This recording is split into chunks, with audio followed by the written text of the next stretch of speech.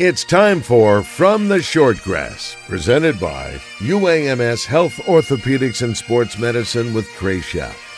A golf podcast for those who love golf, struggle with golf, and just like to enjoy the outdoors and fellowship with friends, all while chasing a ball around, trying to put it in a 4 1/4 inch diameter hole. From the Shortgrass is presented by UAMS Health Orthopedics and Sports Medicine, and brought to you by Stevens Incorporated, an independent financial services firm with the freedom to focus on what matters most. By Beechwood Hospitality, we partner with you to deliver high-yield results by managing, developing, and investing in top-quality hospitality assets. And now, from the Shortgrass, here's your host, Trey Schapp. Welcome to another edition of From the Shortgrass, presented by UAMS Health Orthopedics and Sports Medicine.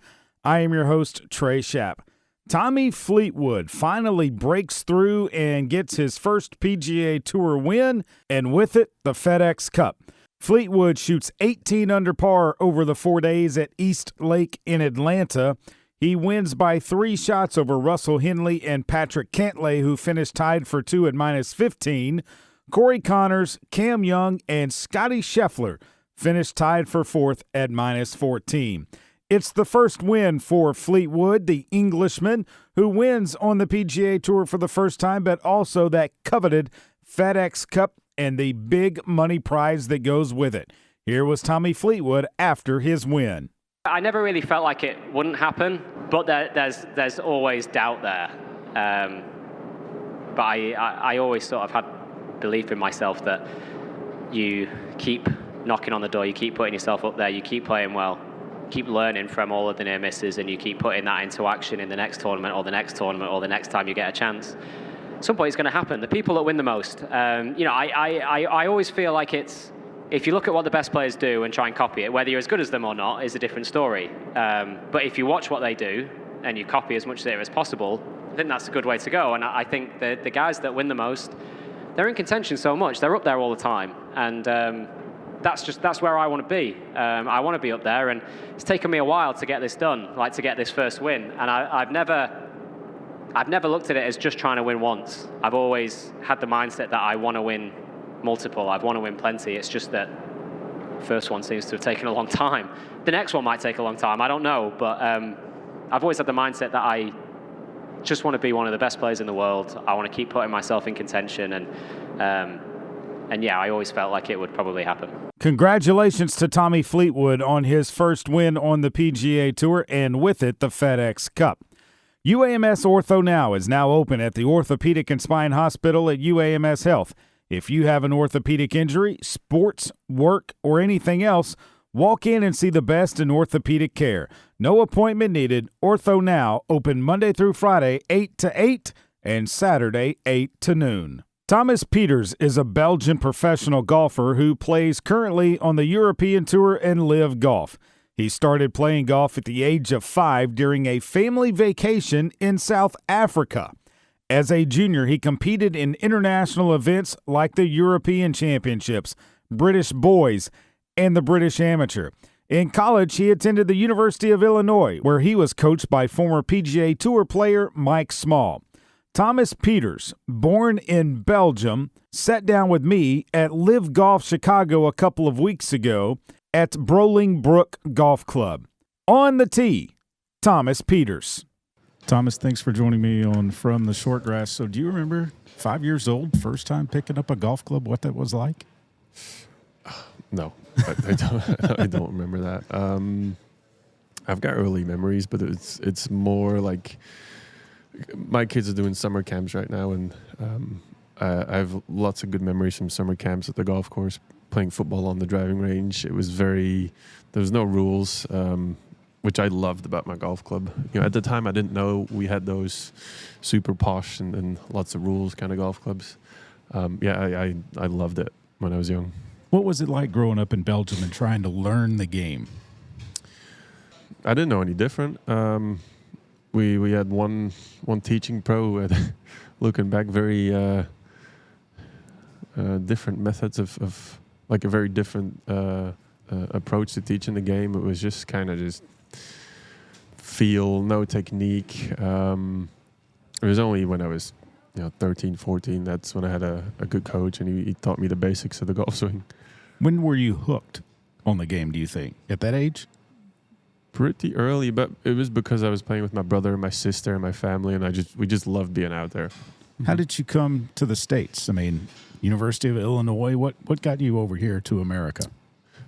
I think when you're about 15, 16, playing all the junior events in Europe, you learn about college golf, and all these coaches are always over in the summer watching the European Championships and the big tournaments, the British Amateur, and then that's when you kind of find out all the best players in the world go over to college, and that's what I want to do. What sold you on the University of Illinois? Coach Mall, period. What was it about him?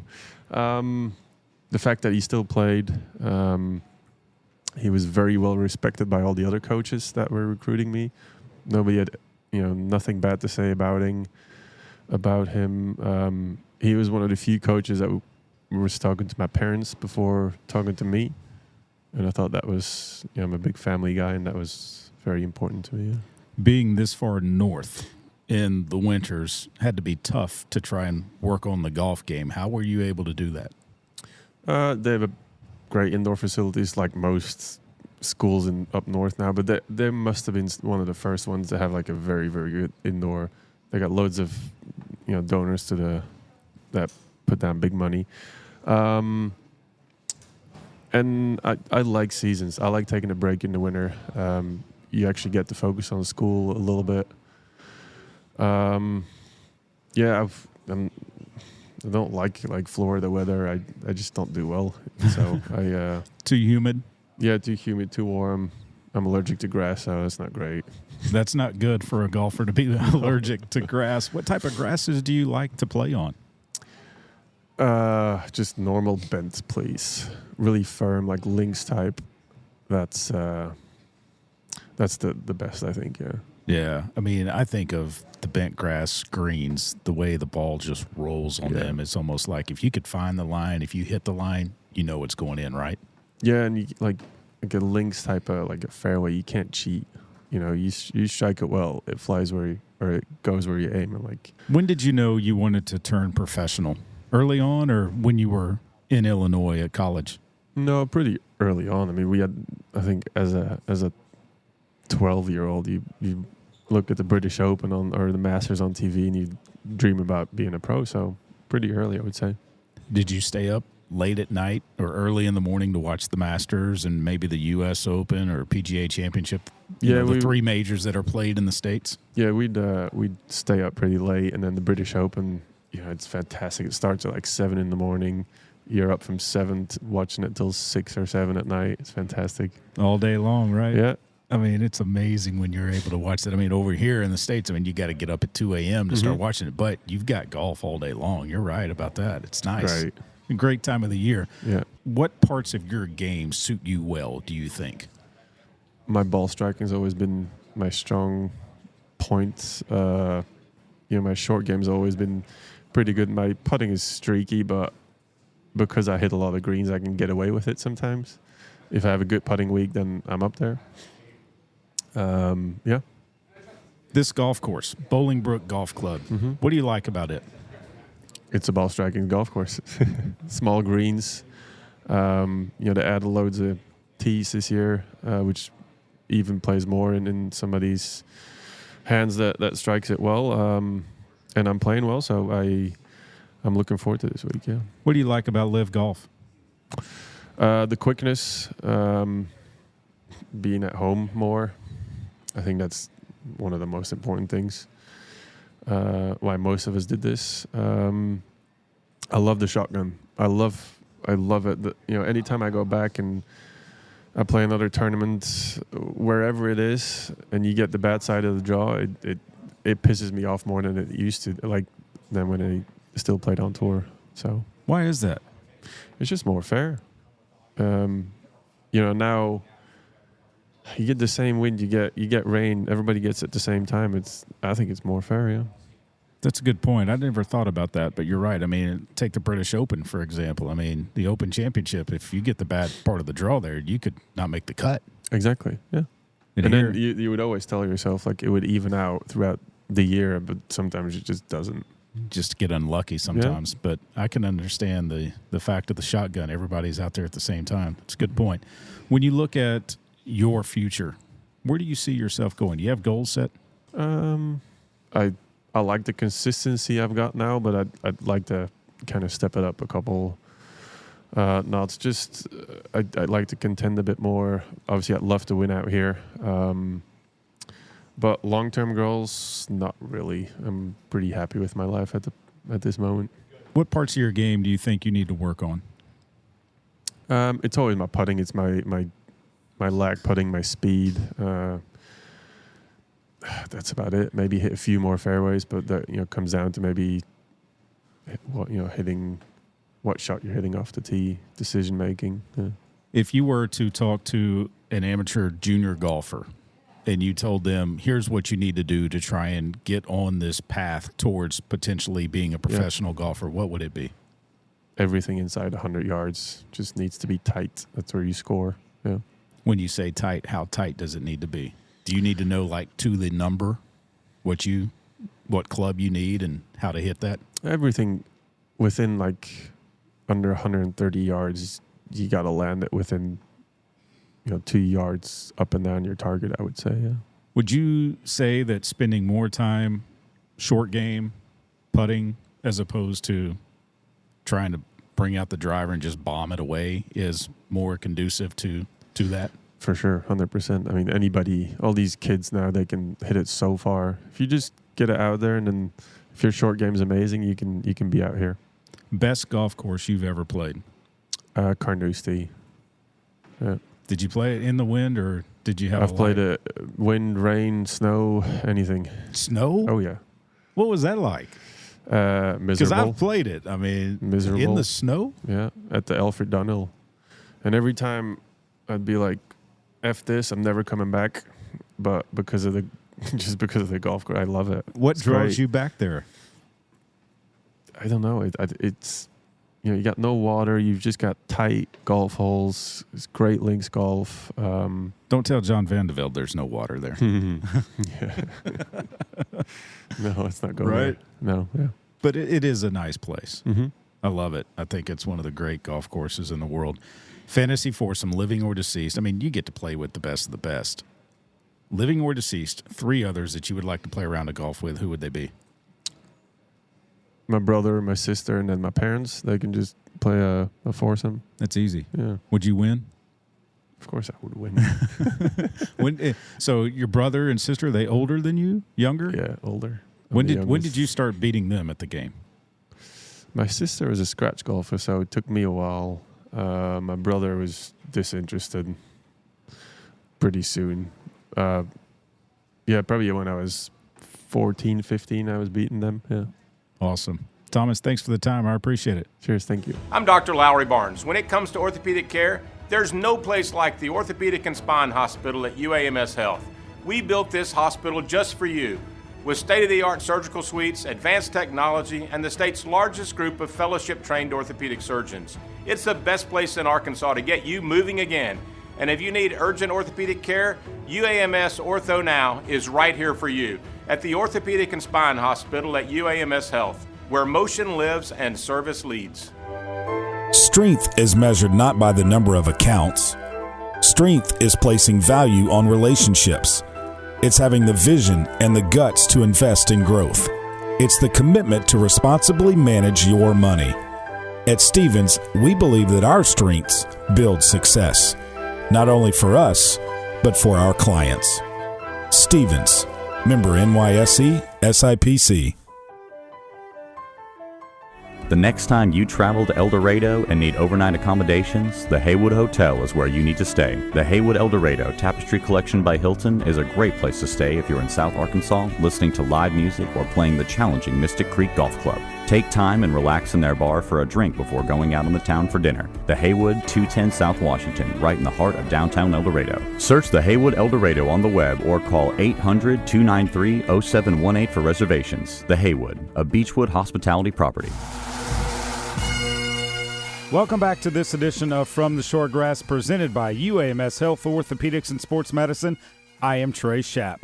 Arkansas Champions Trust, the beneficiary of the Simmons Bank Championship presented by Stevens, recently presented a check to the First Tee of Central Arkansas for $100,000 to help them with their programs that they need. I wanted to learn a little bit more about the donation, so I sat down with George Macris of Simmons Bank.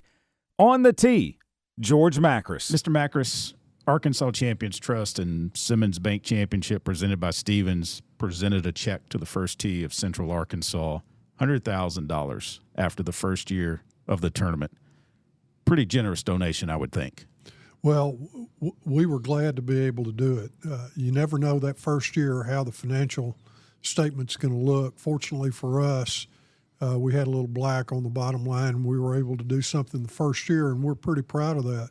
You know, we had a year and a half of expenses and only 1 year of revenue, so that was a real win for us. And I'll have to say, though, that to enhance what we had to give away in total, our Simmons First Foundation, MK Distributors Foundation, ProLink Sports, and Pleasant Valley made contributions to help us do that. So First Tee was just the first of many that you're going to see between now and this year's tournament.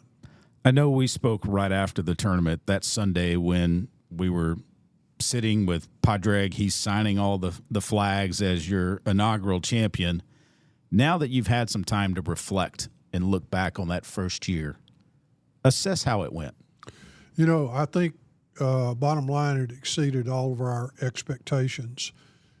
Obviously, we made some first-year mistakes that we're trying to correct this year, but I think the players, the caddies, and the fans had a really extraordinary experience. A little behind-the-scenes stuff that we're changing this year, and we're making a couple of enhancements to tournament events. So I think each year it's just going to get better and better. But I'll tell you, the first year just was great. And, you know, we were voted Tournament of the Year by the players, and that's especially rewarding because we had a limited field. So only 51 players actually got to experience what we did here in Little Rock. Yeah, and I was talking to Stuart Sink about that in January, about the fact that it was voted that way and how that vote comes about. He's like, look, it goes from everything from when we arrive to getting the rental car that they provide for us, to hotel accommodations, to food, beverage, the hospitality around the tournament. And I think that is a reflection of not only Central Arkansas and the volunteer community, but Simmons Bank as a whole, correct? Well, I'd like to think so, yeah. That is our main objective, is to make sure everyone has a great time. And, you know, in addition to the players, we understand how important the caddies are to their team, and we try to do our best to take care of them. You know, they were given free hotel rooms when they came in. They had their own place to hang out. The halfway house by the driving range was restricted for caddy use only. So they were treated pretty well during the week too, and they need to be. Mm-hmm, they do, because they do a tough job. Let's go back to the First Tee for a second. Why is it so important to Central Arkansas and the community here? Well, you know, Jack Stevens sort of helped founded the First Tee program, and certainly was the founder of the First Tee program here in Central Arkansas. When we sat down with Warren Stevens to talk to him about being the presenting sponsor of this tournament, we talked about how important golf was in Central Arkansas, and particularly how important the First Tee could be. While it is important today, we talked about the opportunity to enhance that program. So it just made sense that one of the pillar charities of a golf tournament would be the developmental program for the youth in the area. So they do a tremendous job. And, what people don't realize is it's not just for kids. You and I can go out there and play any day. Mm-hmm. It's a great practice facility. It's a nice course to walk, so you don't have to have a golf cart. I mean, it really is a wonderful asset for the community. And I think our golf tournament's going to help bring it a little more recognition. It also has a nice putting green to where you can go practice if you want to there. The driving range is one of the biggest in Central Arkansas as well. That's right. That's right. We were out there yesterday, and several high school teams were out there for a match, and they were all decked out in their school colors. It was great to see that driving range full out there. When you go to year 2 of a tournament, obviously there are some things you want to enhance, some things you want to probably not do, put on the back burner. What is year 2 of the Simmons Bank Championship presented by Stevens looking like? Well, from a hospitality standpoint, it's going to look a lot like it did last year. So we're going to build out around 16, 17, 18 on 15 green.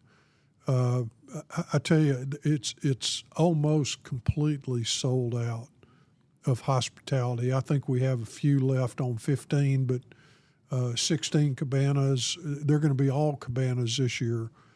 17, the Lexus Lounge was a great hit last year. It's expanding a little bit this year. And then 18, we've sold everything we could on it with the repeats from last year. So that's a great thing. We're going to really pay attention this year to additional places we may be able to prop up hospitality. So that's going to be great. There are a couple of new enhancements. So our Pro-Am tournament is going to be on Wednesday night instead of Tuesday night. So there's a Pro-Am on Wednesday, Pro-Am on Thursday. The party will be between the two. Because what dawned on us was that some people who played in the Pro-Am on Thursday only didn't even come in until Wednesday. So they missed the party on Tuesday night. So hopefully Wednesday night we'll get those that play on Wednesday and Thursday. And to fill up Tuesday night, we're going to have a caddy shootout. I've heard about this. So we're gonna put lights up on 16, 17, and 18. It'll be a twilight nighttime event. 2 caddy teams, and if we can work it out, we're going to let their pros hit a mulligan. Oh, really? Yeah. So that ought to be a bunch of fun. A separate ticketed event. We're going to restrict the number of people to get to come out just because we're going to be just right around the lake. But it'll be fun, and I hope that the caddies enjoy it, and I think the pros will as well. Is it going to be a blind draw for the caddy teams, or do they get to kind of banter back and forth and pick who they want on a team? That's a good question. That's above my pay grade. I'm not real sure exactly how the registration works for that. But George, I like the fact that around the lake, I mean, that's what Pleasant Valley is known for, and this is something else to enhance the caddy experience for the guys that do so much during the tournament, right? That's exactly right. Padraig's brother-in-law, who's his caddy, mentioned to us last year that especially with the third 9 holes, that we should consider some kind of caddy event. We thought about it. We know the popularity of this shootout format at the Pleasant Valley Country Club 4-ball. We decided to try it this year and see what they thought about it. What's been the reaction from people that you've talked to about it? I think really enthusiastic, not really knowing exactly what to expect. I would say it's cautious optimism, but it's optimism, and I think it's just going to be a great, fun time. It's my understanding that Lieutenant Colonel Dan Rooney is going to be back in town. He hit the opening tee shot last year, and just what a fabulous gentleman he is with Folds of Honor. He really is, and Folds of Honor Friday is starting to catch on the PGA Tour, certainly on the Champions Tour, unless his schedule changes. Dan does plan to be back. He's a great guy. I've known him for several years.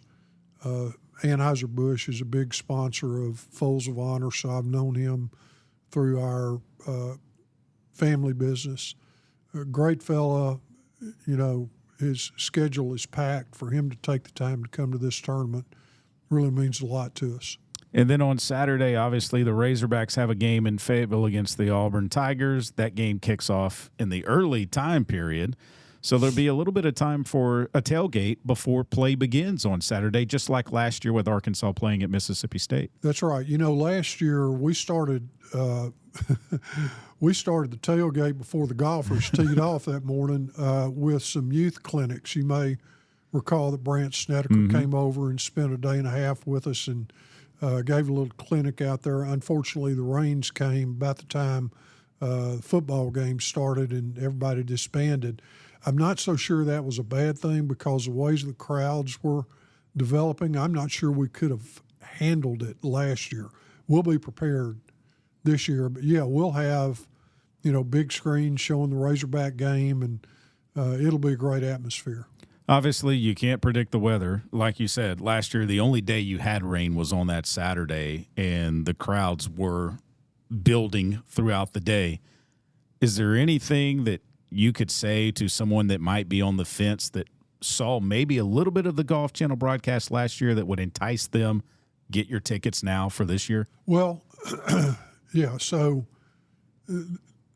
while golf is the main event, there is a lot of other activity going on out there. We've got family fun zones. We've got vendor booths set up, concessions. We're going to be watching the Razorback game. We'll be watching NFL games on Sunday. So it really is an entertainment venue with multiple opportunities for entertainment, all culminating in the golf tournament. Well, it's a fantastic tournament. Thanks again for keeping it here in Central Arkansas, bringing it to Central Arkansas last year, because I thought that, there were so many people out there, George. I could walk, a couple of steps and there was someone else stopping me. Isn't this great? Isn't this great? And I'm sure you had the same sentiments. Oh, yeah. And one other thing that makes the Champions Tour a little bit different than all the others is that these players are such gentlemen. They appreciate the fan support. They're out here to have fun. They want to win, don't get me wrong, but they're out here to have fun. They'll stay and sign autographs. They come to the parties. They mingle with the guests. That's part of their enjoyment as well. And they don't look at it as a chore. They look at it as an opportunity. Tickets for this year's Simmons Bank Championship presented by Stevens are on sale now. You can find more information at SimmonsBankChampionship.com. The tournament will take place the last weekend of October, so make sure you get your tickets and be a part of PGA Tour Champions action at Pleasant Valley. Beechwood Pinnacle Hotels, Matthew Allen and Blair Allen. They know how to manage hotel properties. When you need an overnight place to stay, make sure you're staying at a Beechwood Pinnacle Hotel. I'm back to wrap up this edition of From the Shortgrass presented by UAMS Health Orthopedics and Sports Medicine after this. The next time you travel to El Dorado and need overnight accommodations, the Haywood Hotel is where you need to stay. The Haywood El Dorado Tapestry Collection by Hilton is a great place to stay if you're in South Arkansas listening to live music or playing the challenging Mystic Creek Golf Club. Take time and relax in their bar for a drink before going out on the town for dinner. The Haywood, 210 South Washington, right in the heart of downtown El Dorado. Search the Haywood El Dorado on the web or call 800-293-0718 for reservations. The Haywood, a Beechwood hospitality property. I'm Dr. Lowry Barnes. When it comes to orthopedic care, there's no place like the Orthopedic and Spine Hospital at UAMS Health. We built this hospital just for you, with state-of-the-art surgical suites, advanced technology, and the state's largest group of fellowship-trained orthopedic surgeons. It's the best place in Arkansas to get you moving again. And if you need urgent orthopedic care, UAMS Ortho Now is right here for you at the Orthopedic and Spine Hospital at UAMS Health, where motion lives and service leads. That's all the time I have for this edition of From the Shortgrass presented by UAMS Health Orthopedics and Sports Medicine. I hope you enjoyed it. I hope you will continue to listen. Find us anywhere you get your podcast. We will be there every week. And remember, when you find your ball mark on the green, fix it and a couple of more. And I hope to see you sometime soon from the Short Grass. You have been listening to From the Short Grass, presented by UAMS Health, Orthopedics, and Sports Medicine, a weekly podcast dedicated to the game of golf. This has been a presentation of the Buzz Radio Network in association with Majestic Cubby Productions.